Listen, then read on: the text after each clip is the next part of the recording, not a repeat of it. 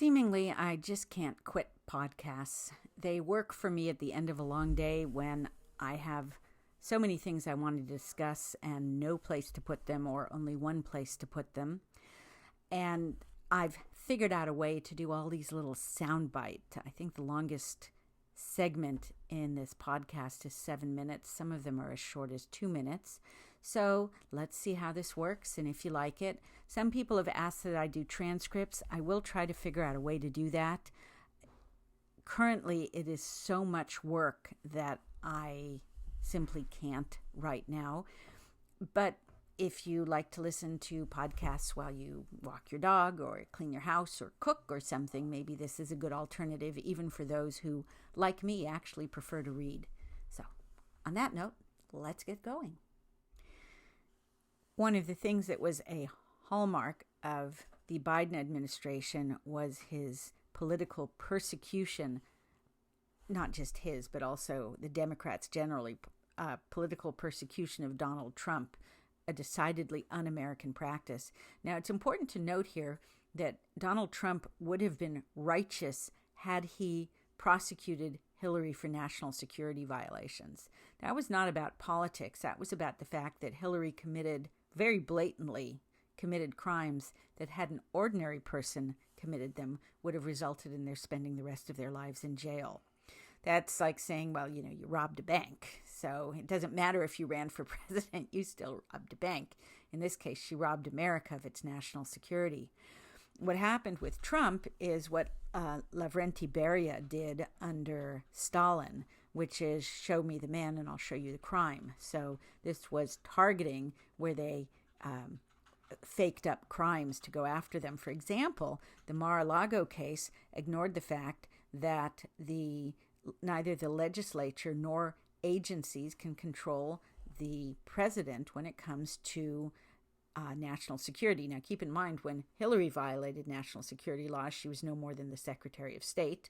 When Biden did that, he was vice president. When Vance did that, he was vice president. All of them got a pass. But Trump was president. He had plenary power to do whatever he wanted with the documents. As he said, I just have to think about declassifying them. When he took documents out of the White House while he was still president, he declassified them. And so the entire case was bogus. So were the cases in New York, the Alvin Bragg hush money case, which I'll get back to in a minute, the alleged rape case, the case about the bank loans. These were all just made up to persecute Donald Trump. And so there's a great essay at the Federalist by Don Brown. Jack Smith ditching his case against Trump is not a concession, it's a cover-up. And what they're talking about is either dismissing it or continuing it. The Mar-a-Lago case, actually, Judge Eileen Cannon dismissed, and she dismissed it for a reason that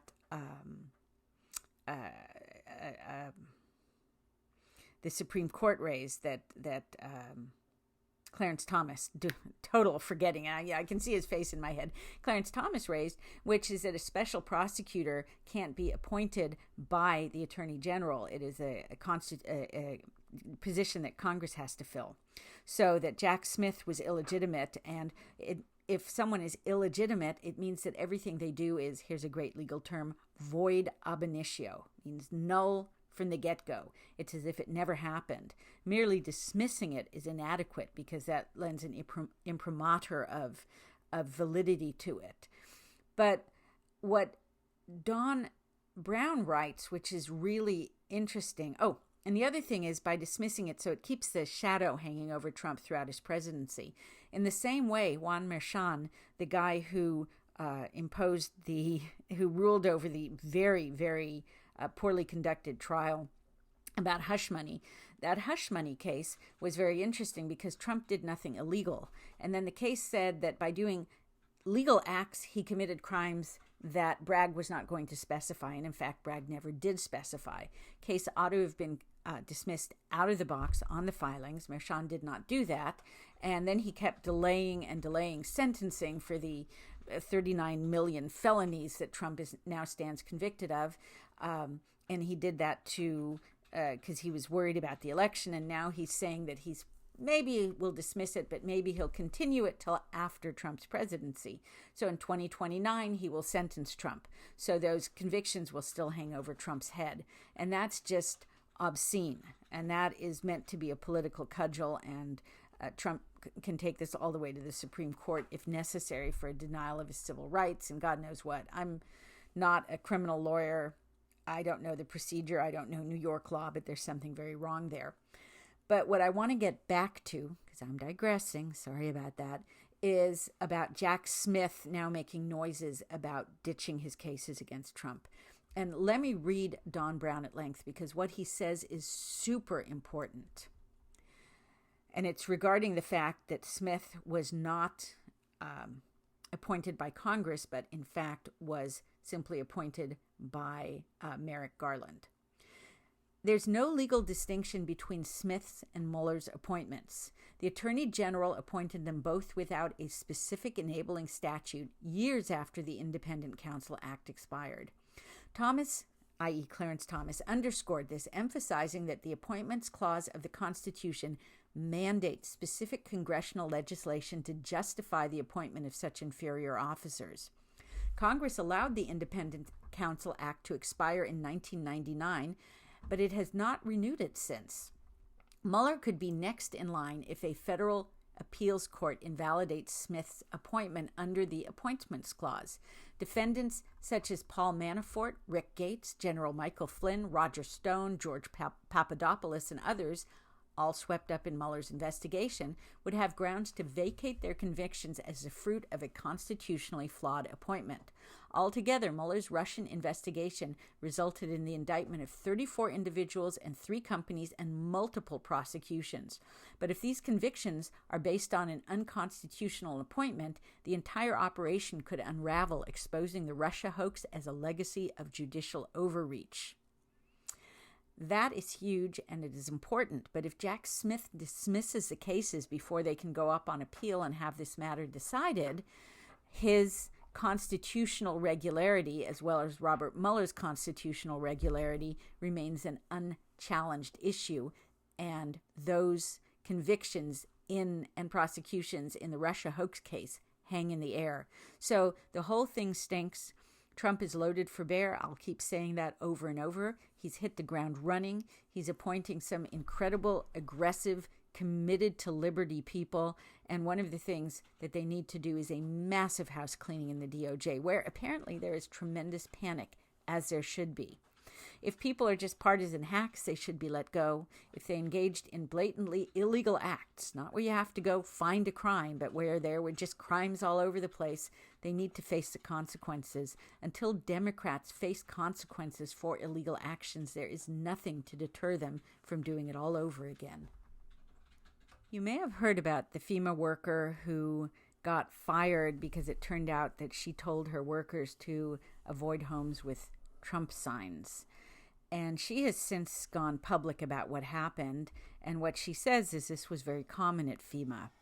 I wrote a post about this, so I'll be brief, but it is something I wanted to cover, because what happened when I listened to the podcast she did with a guy named, I think, Gordon something or other, I've forgotten.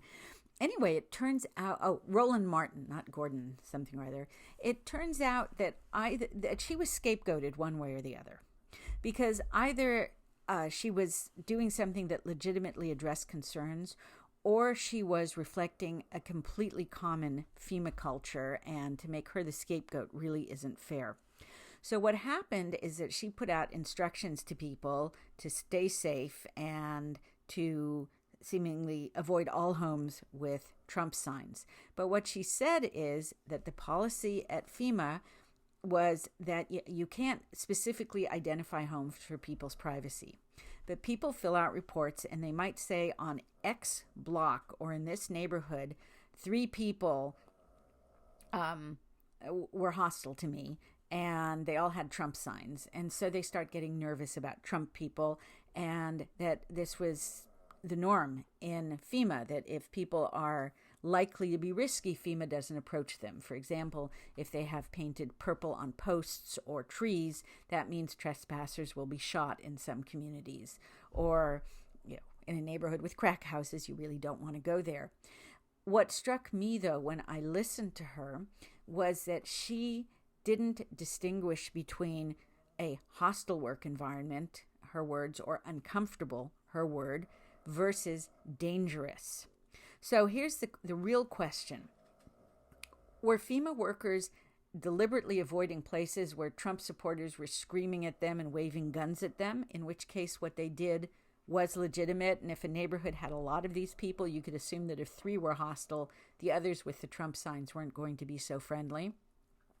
Or is the attitude at FEMA that of snowflakes, which is that anyone who expresses a view with which you disagree creates a hostile work environment and you don't have to put up with it? And if FEMA workers are going to say they're not fans of the swamp and they'd like to see the government cleaned up, they can be abandoned. So I think Marnie Washington was scapegoated because either she was legitimately protecting workers from real risks, or she was just a cog in an institution that is made up of people who are snowflakes and who get the green light from management to avoid anyone who makes them feel uncomfortable. So I certainly hope we get more data coming out of that, because one way or the other, Marnie Washington shouldn't be the only one who's hung out to dry.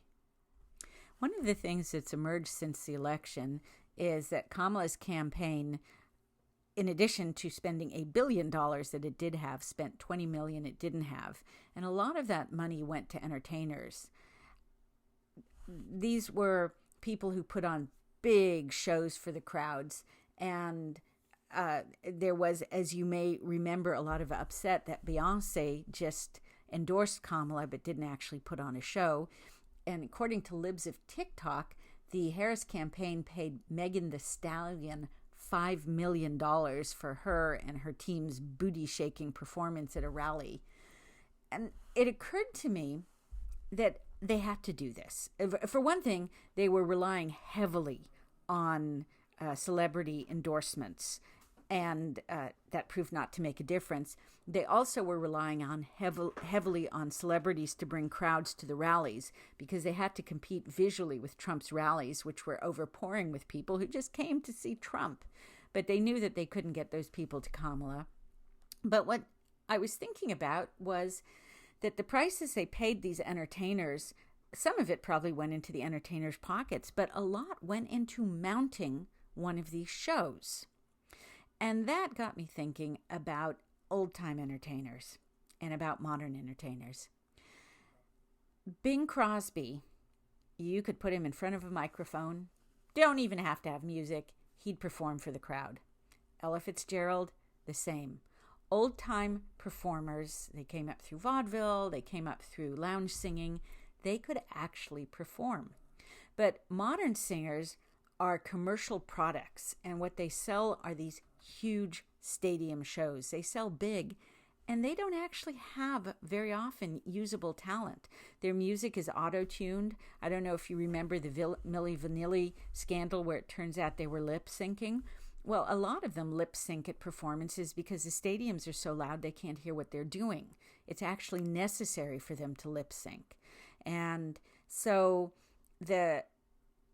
it's not just that the celebrities are awful. I mean, Megan Thee Stallion is so trashy, so sleazy, so demeaning, and so horrible that if she endorses someone, you should run away from that person. It's also that real talent really doesn't thrive on the left because it can't, because of the nature of what leftism has done to entertainment. So I'll close this segment with a very sad recording from several years ago, really maybe 20 years ago or so, of Britney Spears, poor thing, when she was still popular, without auto. Notice me and take my hand, and so are we, strangers when our love is strong. If you are wondering whether modern leftism has become a cult, the conclusive evidence is in. Yes, it is. It's not just the screaming and the weeping. It's not just the beliefs that are based entirely on feelings and that cannot be refuted with facts or logic. Leftists have now devolved into one of the core behaviors associated with cults, which is cutting people off from their family members. And I'm quoting from the Fox News story. With the holiday season approaching, a prominent mental health expert told MSNBC viewers that they should feel justified in cutting ties with relatives that voted for President-elect Donald Trump. Yale University chief psychiatry resident, and I'm going to interject here that if you're the chief resident at a place like Yale, you're considered a star. So let me get back to that. Yale University chief psychiatry resident Dr. Amanda Calhoun spoke to MSNBC host Joy Reid on Friday night about ways liberals who are devastated with Trump's reelection this week can cope with news, including separating from certain loved ones. So, and I'm quoting her, if you are going into a situation where you have family members, where you have close friends who you know have voted in ways that are against you, it's completely fine to not be around those people and to tell them why, Calhoun told Reid. This is deeply wrong. That's me, not quoting anymore. During the entire 2008 through 2016 Obama presidency, I had a work colleague. He supported Obama. He knew I didn't support Obama, and he knew in the 2016 year that I supported Trump, and yet we were friends. We went out to lunch, yada, yada, yada. The day Trump won, I got a text from this guy saying that he could no longer associate with me because I supported Hitler incarnate. I'm happy to report to you that from that moment, his career collapsed. And the reason I'm happy, well, yes, there's a little bit of schadenfreude, but it also shows that mental illness is its own punishment, that cultism is its own punishment. Things are going to go very badly for these people, and on the one level, it's a tragedy. On the other level, it is a necessity for society to right itself. The question is whether chief psychiatry resident, yes, I got a text, I forgot to turn my phone off, chief psychiatry resident at Yale, Dr. Amanda Calhoun, a woman whose credentials once meant something, will also face a consequence for her pronouncements, which have everything to do with cultism and nothing to do with improving people's mental health. It's time for a reckoning. It's very clear that Trump is loaded for bear and ready to reckon, and it's hoped that all institutions and all Americans will force the cultists to either come to reality or pretty much go to the fringes of society where they belong. Democrats have an uncanny knack for snatching defeat from the jaws of victory. It already started in Vietnam. By the time of the Tet Offensive, which was very successful, the U.S. was prevailing against the Viet Cong. But the combination of protests on the ground and Walter Cronkite doing his shtick about how the war was over. I mean, I can't tell you how influential he was. For those younger listeners who don't know the Walter Cronkite era, that was a dagger in the heart of every homeowner in America, every normal family when they heard Walter Cronkite say of the successful Tet Offensive that it was over. In 2009, the moment he entered the White House, Trump started dismantling what had been a very hard-fought Iraq victory. We had won in Iraq. The surge had locked it down, and Obama undid it all. And of course, in Afghanistan, well, after 20 years, it would have been a draw, but Trump would have withdrawn us with our heads held high, banners flying, all our equipment taken with us, and Biden turned it into an epic and bloody and humiliating defeat. And I want to get back to what happens when the U.S. withdraws and creates a vacuum, because what you need to remember is when we won in Germany and Japan, we stuck around to make sure that victory stuck. Victory doesn't end on the battlefield. Victory means standing there and policing them and making sure people don't fall back into their old ways. So the news out of Iraq is, and this is from the news.com.au, which is an Australian outlet, legalized child rape, Iraq to lower the age of consent for girls to 9. And the story is, Iraq is set to lower the age of consent to 9 years old, a decision that women's rights activists say will legalize child rape. The amendment to the country's personal status law, also known as Law 188, would allow adult men to marry young girls, putting them at increased risk of sexual and physical violence, as well as deprive women of rights to divorce, child custody, and inheritance.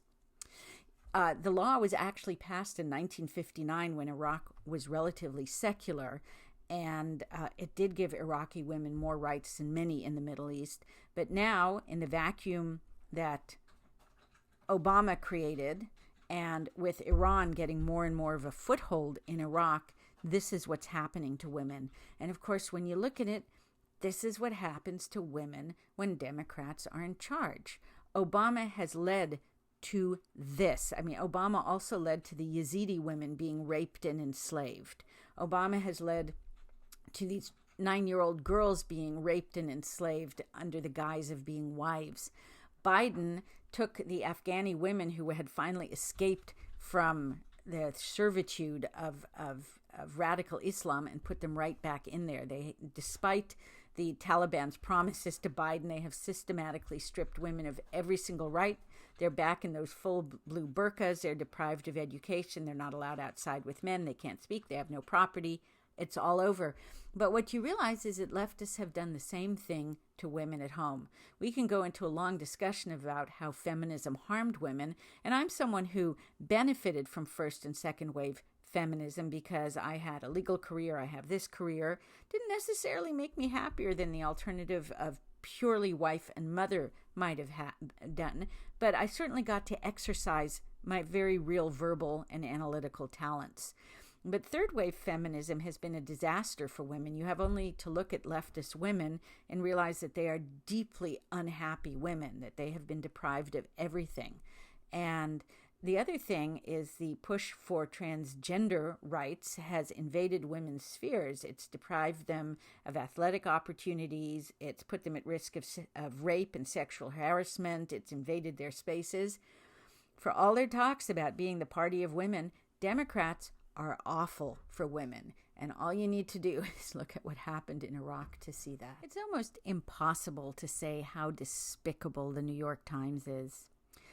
One of the things that was very clear, and I don't have an example, but in the wake of the long-planned Muslim attack on Jewish soccer supporters in Amsterdam, and I should add, it was not only long planned, but Amsterdam is a city that is close to, I forget if it's a little under or a little over 20% Muslim.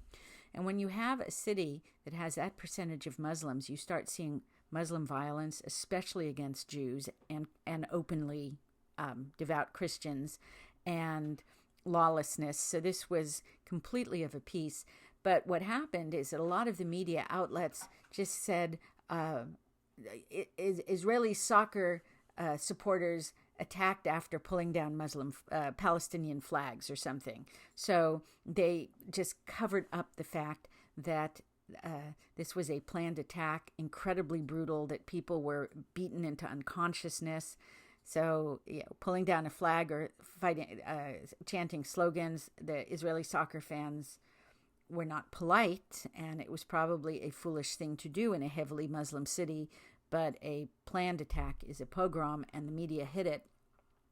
But today, the New York Times stunned again. It had a headline at the very top, the latest in international news: Israel's bloody cycle in North Gaza.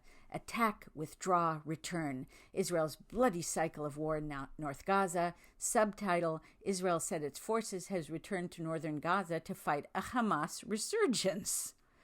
So the article is about how Israel, by failing to win the war decisively, so now it's not that Israel shouldn't fight the war at all. They're saying now that, or that Israel's fighting the war badly. Now the problem is that Israel hasn't fought the war well enough, and that because it just won't finish the damn war, it keeps killing these pathetic Gaza civilians. And oh, by the way, Hamas keeps coming back again. However much you hate the media, you don't hate it enough. Something terrible happened in southern China yesterday in a city called Zhuhai.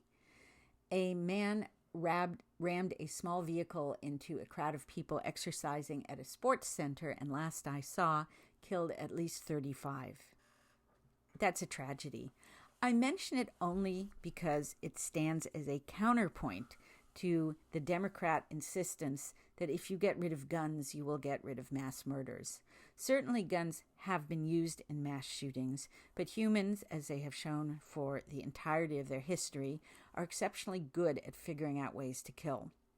The interesting thing is, it used to be when I went onto the internet, I could find worst mass murders fairly easily, and it would give lists of mass murders with bombs and airplane suicides and vehicle rammings and fires.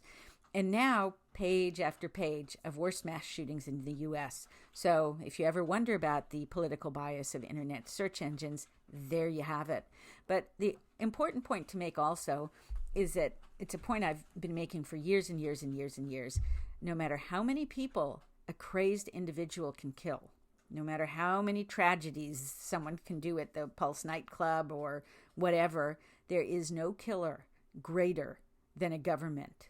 Now, we all know about war, but if you want mass killings within a border, there's no killer greater than a government that turns on its own unarmed people.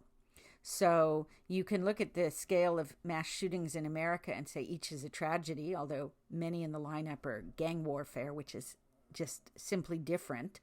But what you need to consider is the difference between a dozen here and 5 there, each awful, and 6 million here, 10 million there, 50 million there. The scale is different, and the difference is when a government has disarmed its people. So just something to keep in mind as you contemplate the tragedy in China. Thank you so much for listening. This is Andrea Widberg signing off.